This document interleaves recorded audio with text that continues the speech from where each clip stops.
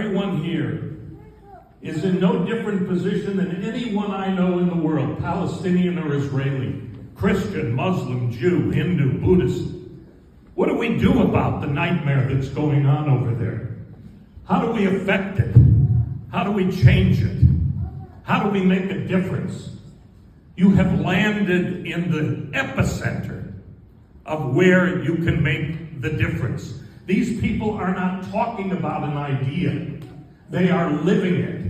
When we were there, you sit across from these students and they tell you, my family lives in the West Bank, or my family lives in Gaza, or my family live, and I'm a Palestinian telling you this.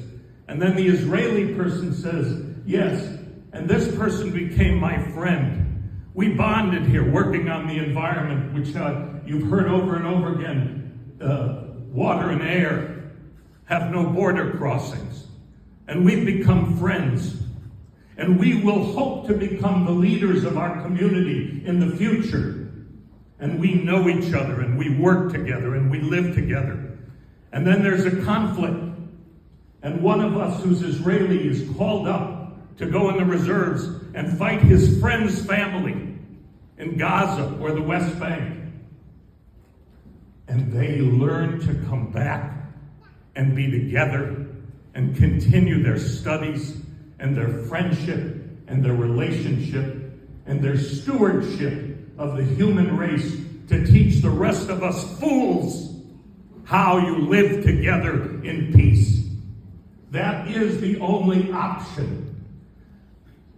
I was a number of years ago in a gym in Philadelphia getting ready to go do a concert, going over my lyrics. There was a movie on the TV screen. There was no sound. And it was called The Princess Bride.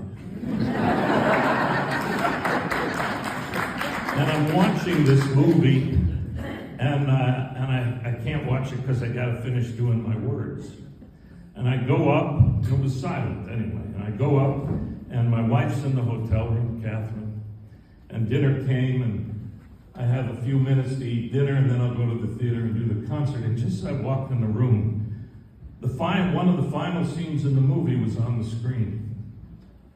And it's where Inigo Montoya and the man in black are in the window.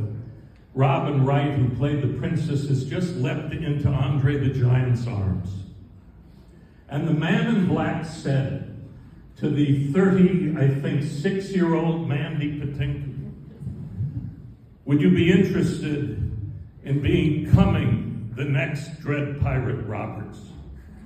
And the 36-year-old Mandy Patinkin said words that the 50-some-year-old Mandy Patinkin, or 60-year-old Mandy Patinkin, I'm not exactly sure how old I was at that moment, never heard when he spoke those words in the movie when he was 36.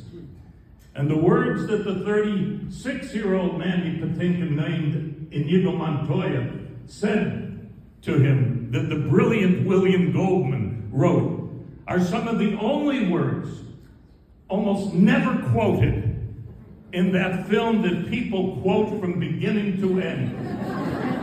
And those words, I think, are one of the great blessings of my life that I was given them to say, and that man wrote them. And they are not the ones you expect. They are these words. You know, I have been in the revenge business so long. Now that it's over, I do not know what to do with the rest of my life. I tell you, all of you Inigo Montoyas, myself, all of you, and all over the world filled with Inigo Montoyas, what you do with the rest of your life is to be associated with organizations like the Arava Institute of Environmental Studies, because they are not ideologues. They are in practice every moment, every day of their lives, creating a peaceful environment to make this human race live in brotherhood and kindness and listen to each other till the last breath is taken. And that is the solution to this conflict. People are so afraid to say anything, particularly in this country.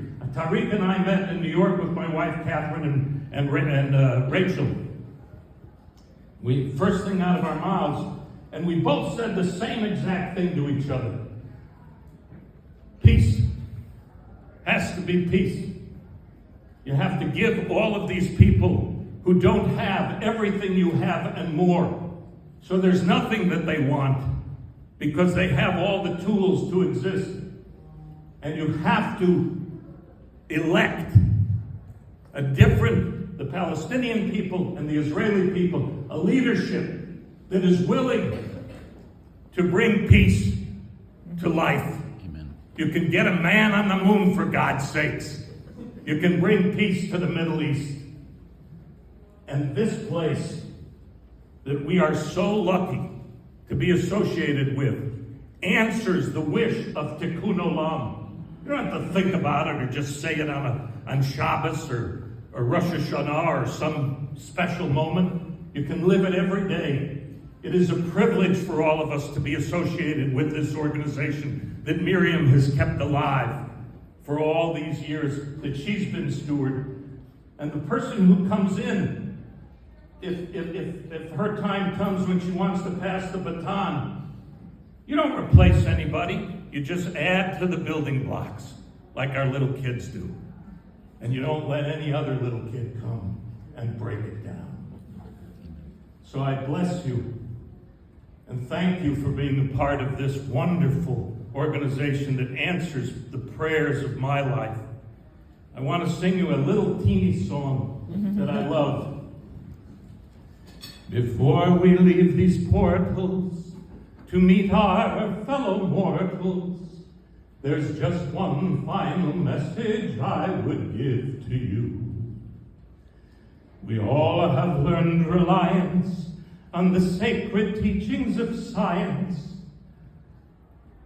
Oh, wait, I gotta remember the words. So I hope through life you never will decline in spite of Philistine defiance to do what all good scientists do. Experiment. Make it your motto day and night. Experiment, and it will lead you to the light. The apple on the top of the tree is never too high to achieve. So take an example from Miriam. Experiment. Be curious, though interfering friends may frown. Get furious at each attempt to hold you down. If this advice you only employ, the future can offer us infinite joy. And merriment, experiment, and you'll see. Thank you for being here. Thank you.